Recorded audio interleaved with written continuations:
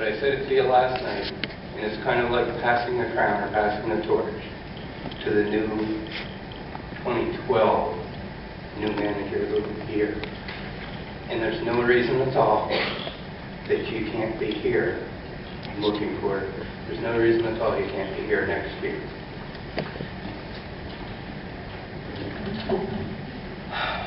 Wow. This is amazing.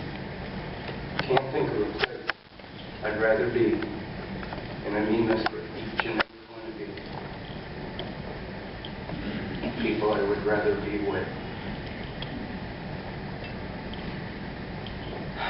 I'm here. Some of you that might have been in Minneapolis last year, I had people coming up to me the first day and saying, I saw that you were here. I saw that you were here. Well, that was because of a little blunder I had made, because I had posted to the Watkins Facebook page, I'm here. Well, really, it should have gone on my own page because it was a message for the people back home. But you know what? I've made mistakes and I've made blunders. And I've heard it said that if you don't, you're not doing enough. Don't be afraid of making mistakes and don't be afraid of making blunders. I got to shorten this up because I know I only have a few minutes. I could talk for an hour and any of you. That's why Carmen is my corporate coach as an all-star, and she's a beautiful person and a great coach.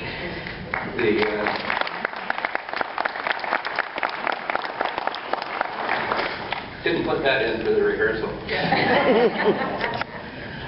But what if I had the hour, or if I had more time, what I'd like to tell you is the things that would explain where I come from. Because I've been asked to speak on how Watkins has changed my life. I remember it was about 2008, actually I went on, I wasn't sure, I knew it was in the past. Went online the other day and I actually looked it up and I found it. There was an article in The Opportunist magazine that I had read back around 2008. And it was about this place called Planet Hollywood. And it was in Las Vegas. It's my second time here. I come through on Greyhound 9 years ago, I think. And I stopped for 10 minutes. It's been nice to be here for longer. But when I was reading the magazine article, I remember thinking, because I remembered one of my goals that I had given up on, and I'll get to why. But I had given up on many, and one of them was that I want to be a business speaker. I want to be a motivational speaker. Not so I can stand here in front of you,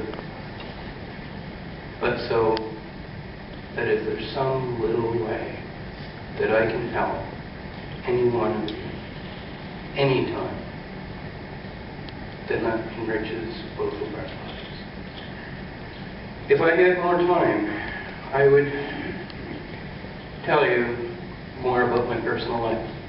How I was born, I'm going to say, a pauper's son in a poor family on the Atlantic coast of Nova Scotia, where when I was 12 months old, crawling around the back area, one of my brothers or sisters cut off 2 of my fingers with the axe.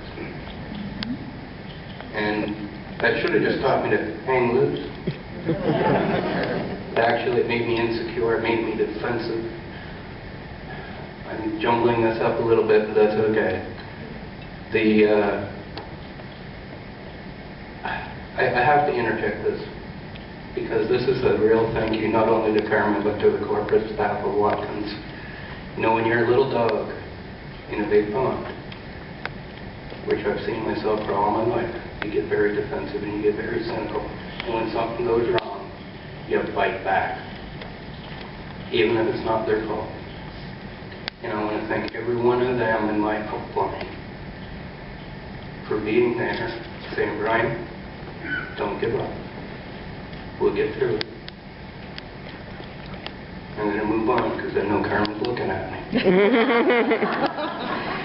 I had more time, I would tell you that getting my fingers cut off, I wish I could move around, was one of the best things that ever happened to me. Not only because, and thank you to Dr. Webster in Yarmouth, Nova Scotia, for sewing them back on.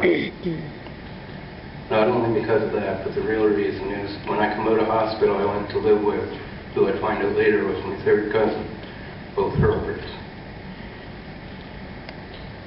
After I was there for a month, I was a little shy, insecure, 14-month-old kid.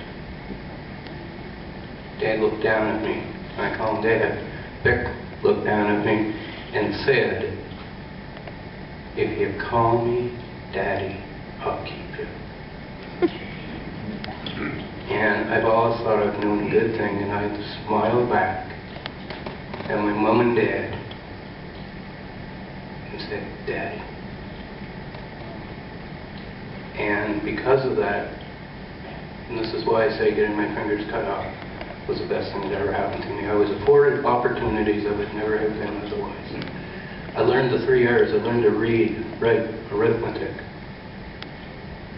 And I was given far more than my birth brothers or sisters ever had. I'd also tell you of my struggles with multiple addictions, alcohol, drugs, and gambling, and I said before I come here, if I leave here this week and I haven't drank and I haven't done any drugs and I haven't put a quarter in the machine, then I've won, and I've won big.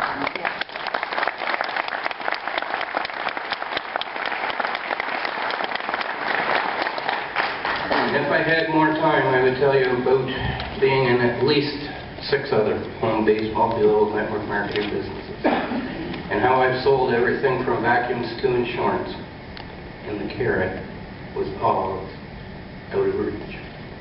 Didn't matter what it was. And that's why I stopped dreaming. I stopped setting goals. And I just kind of gave up and started coasting through life. And I'm thankful for my customers, because it was Mike, one of my neighbors, that come into the yard in September 2009 and said, "You know, she," and if you were at the pepper demo yesterday, you got this, but I joined because of the pepper, because it doesn't have gluten, and my neighbors needed gluten-free product, and I had chemical sensitivities, and I needed some. So I didn't join to do this as a business. In fact, I looked at Angela Horsfall, who I wish was here with us. She's an amazing sponsor, and Don's been an amazing manager. And I looked at Mike the day in my yard, and I said, "Go see one of them, because then you can get some Watkins products." And I thought about it, and as things would have it, the next week I was with them, and on the 19th of September 2009, which was Angela's birthday, I joined, and I said, "Don't expect much." I said, "I've been in 6 of these businesses. I know they don't work. And if they do, they don't work for me." I see that I've been given the 3-minute warning. Thank you, Carmen. I asked her to do this, by the way. What has Watkins given to me? It's taught me to set impossible goals, because I couldn't set goals, so I set them higher, and I freed my mind up just to go for it. The nice thing is I've been hitting a lot of those impossible goals. I tell you about the self-esteem and self-confidence that it's given me, and how I try to take my associates by the hand and instill that in them as well, because this is one of the few places that we have the opportunity to do that. I tell you about Jerry, because Jerry Oikel, who can't be with us today because of sickness in her family.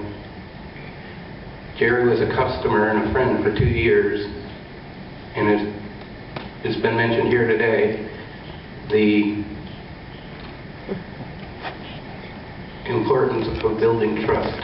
Jerry joined in August, became manager in November, team building bonus in December, and the respective industry leaders like Mike and Ann,